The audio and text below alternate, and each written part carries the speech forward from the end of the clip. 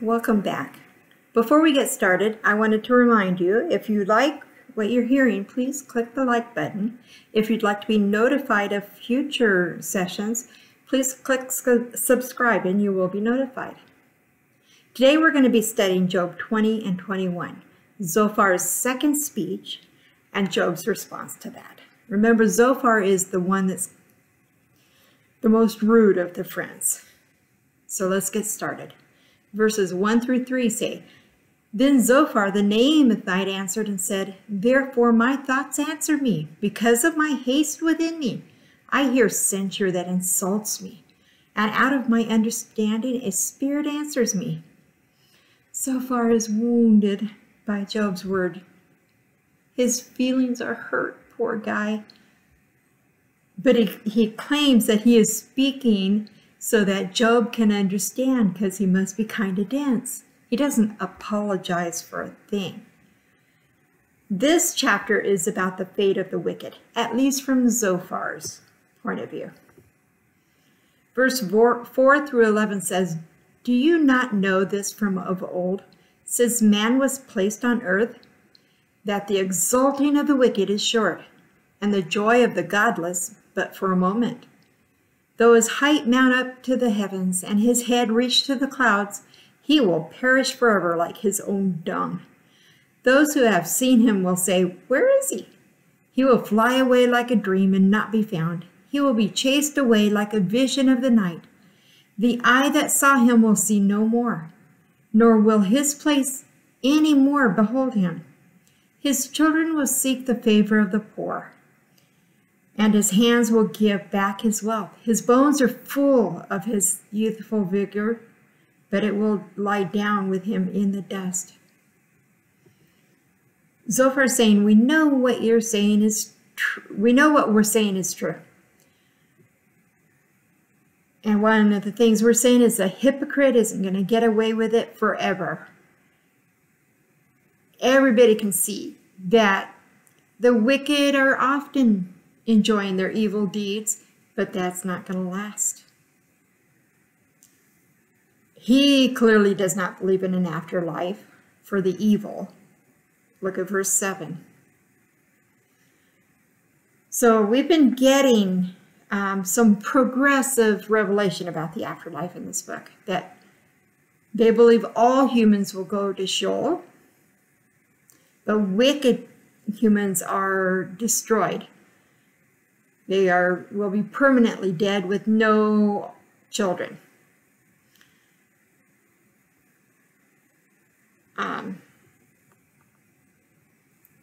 But they still have a confused vision of what really is going to happen. Verse 12 through 19. Though evil is sweet in his mouth, though he hides it under his tongue, though he is loath to let it go and holds it in his mouth, yet his food is turned in his stomach. It is the venom of cobras within him. He swallows down riches and vomits them up again. God casts them out of his belly. He will suck the poison of cobras. The tongue of a viper will kill him. He will not look upon the rivers, the streams flowing with honey and curds. He will give back the fruit of his toil and will not swallow it down. From the profit of his trading he will get no enjoyment, for he has crushed and abandoned the poor. He has seized a house that he did not build. Doing evil can seem sweet, but eventually it sours. Now what he's saying is all true. Problem is he wants to apply it to Job, but it's true. The evil people that are doing evil, they seem to prosper for now, but they will pay for it someday. Verse 12 is talking, it's like a mint that you keep in your mouth as long as possible to savor the taste. When he says God cast them out of his belly, in 70 AD, the Romans will destroy Jerusalem. Some of the Jews swallowed their gold to keep it safe from the Romans. But the Romans found out that's what they were doing. So they would just kill them and rip out the gold from their stomachs and their bowels. This is kind of the picture of what Zophar is saying God will do with the evil. Verse 20 through 29. Because he knew no contentment in his belly, he will not let anything in which he delights escape him. There was nothing left after he had eaten, therefore his prosperity will not endure. In the fullness of his sufficiency, he will be in distress. The hands of everyone in misery will come against him. To fill his belly to the full, God will send his burning anger against him and rain it upon him into his body. He will flee from an iron weapon. A bronze arrow will strike him through. It is drawn forth and comes out of his body. The glittering paint comes out of his gallbladder. Terrors come upon him. Utter darkness is laid up for his treasures. A fire not fanned will devour him. What is left in his tent will be consumed. The heavens will reveal his iniquity, and the earth will rise up against him.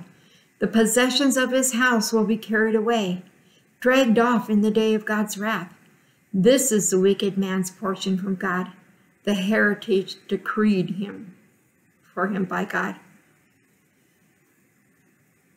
Zophar feels that Job is in so much agony because he's only relied on himself and done what he wanted to do. And what he wanted to do, apparently in Zophar's eyes, is evil. He sees Job as a wicked man pierced by the arrows of God's judgment. In chapter 6, Job described himself the same way, that he had been pierced by God's arrows. But Zophar is saying he deserves it. This is the end of Zophar's speeches. He won't be speaking in round 3. So he sums up his argument that there is a clear connection between the wrath of the wicked man and its punishment and what's happening to Job. Significantly, other than applying it to Job, he's mostly right. The wicked are cursed and judged by God. But in all of this, we see nothing of God's love. And that's where this is very sad. So Job has an answer in chapter 21, verses 1 through 3. Then Job answered and said, "Keep listening to my words and let this be your comfort. Bear with me and I will speak, and after I have spoken, mock on." Job feels his friends are just repeating themselves over and over, and they're not going to listen to him. And they think he's not listening to them. He wants to prove that he's heard everything they've said. Verses 4 through 16 says, "As for me, is my complaint against man? Why should I not be impatient? Look at me and be appalled, and lay your hand over your mouth. When I remember, I am dismayed, and shuddering seizes my flesh. Why do the wicked live, reach old age, and grow mighty in power? Their offspring are established in their presence, and their descendants before their eyes. Their houses are safe from fear, and no rod of God is upon them. Their bull breeds without fail, their cow calves and does not miscarry. They send out their little boys like a flock, and their children dance. They sing to the tambourine and the lyre, and rejoice to the sound of the pipe. They spend their days in prosperity, and in peace they go down to Sheol. They say to God, 'Depart from us. We do not desire the knowledge of your ways.' What is the Almighty that we should serve him? And what profit do we get if we pray to him? Behold, is not their prosperity in their hand? The counsel of the wicked is far from me." So Job is challenging the moral order of the universe. It is possible to be a righteous man and be cursed. Verse 5, "Lay your hand over your mouth." It's an idiom, a saying meaning covering your mouth in shock and awe and surprise. Bildad said that the wicked had no children to remember them. Job says, yes, they do. And from what Job is saying, he's seen the wicked getting away with all sorts of things and prospering here on the earth. And, they have great crops and families, and just seems like they are living a blessed life. But we know at the end of their life, it won't be blessed. They will receive judgment.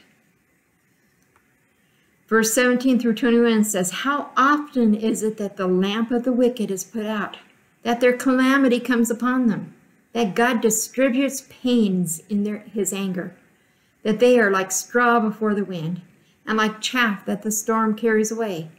You said, God stores up their iniquity for their children. Let him pay it out to them, that they may know it. Let their own eyes see their destruction, and let them drink of the wrath of the Almighty. And what do they care for their houses after them, when the number of their months is cut off?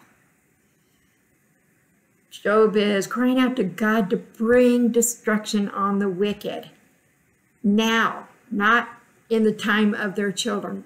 Bring it on the parents who deserve it. Drink of the wrath. It's a metaphor. Certain criminals, when they were received a death sentence, they were forced to drink poison. So drink of the wrath is drinking of the poison of God. 22 through 26 says, will any teach God knowledge, seeing that he judges those who are on high? One dies in full vigor, being wholly at ease and secure, his pails full of milk, and the marrow of his bones moist. Another dies in bitterness of soul, never having tasted of prosperity. They lie down like in the dust, and the worms cover them. Job is not comfortable with questioning the ways and the wisdom of God. Yet what has happened to him seems so unfair that he feels he has to speak. Marrow in your bones is moist in verse 24 is an idiom meaning health and prosperity. He points out that once someone is in their grave and you see their bones rotting there, you can't tell from those bones, was that person a good person or a bad person? All skeletons look similar. Verse 27 through 34 says, behold, I know your thoughts and your schemes to wrong me. For you say, where is the house of the prince? Where is the tent in which the wicked lived? Have you not asked those who travel the roads, and do you not accept their testimony, that the evil man is spared in the day of calamity, that he is rescued in the day of wrath? Who declares his way to the face, and who repays him for what he has done? When he is carried to the grave, watch is kept over his tomb. The clods of the valley are sweet to him. All mankind follows after him, and those who go before him are innumerable. How then will you comfort me with empty nothings? There is nothing left of your answers but falsehood. So the difference between Job and his friends, they claim that they know and understand what's going on with Job. And Job says, I have no idea. I'm so confused. They were concerned with theological and moral theory and debate. But Job is concerned with life and death questions. These questions from the friends bring no comfort to Job. And Job's words bring no conviction to them. Everybody's talking, but no one's listening. Job no longer seems irritable at them, ever since he recognized that he has a Redeemer and an eternal inheritance, but is still facing questions. So next session, we're going to start looking at the third cycle of conversations between Job and his friends. And then we'll get God's speech. So again, thank you for joining, and like and subscribe. Thank you.